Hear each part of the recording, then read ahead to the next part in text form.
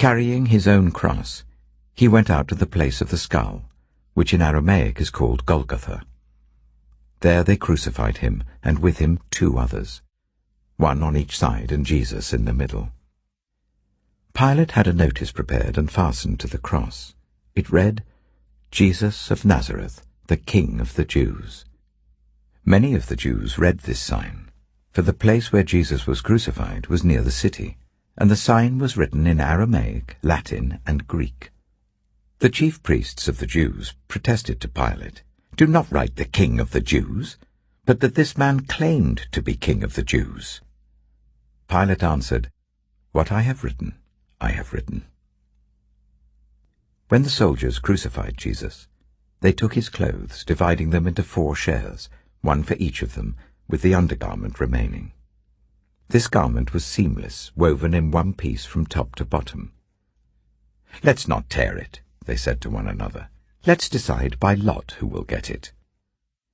This happened that the scripture might be fulfilled that said, "They divided my clothes among them and cast lots for my garment." So this is what the soldiers did. Near the cross of Jesus stood his mother's sister, Mary the wife of Clopas, and Mary Magdalene. When Jesus saw his mother there and the disciple whom he loved standing nearby, he said to her, "Woman, here is your son," and to the disciple, "Here is your mother." From that time on, this disciple took her into his home.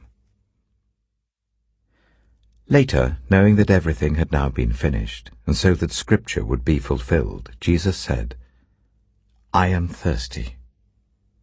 A jar of wine vinegar was there, so they soaked a sponge in it, put the sponge on a stalk of the hyssop plant, and lifted it to Jesus' lips. When he had received the drink, Jesus said, "It is finished." With that, he bowed his head and gave up his spirit. Now it was the day of preparation, and the next day was to be a special Sabbath.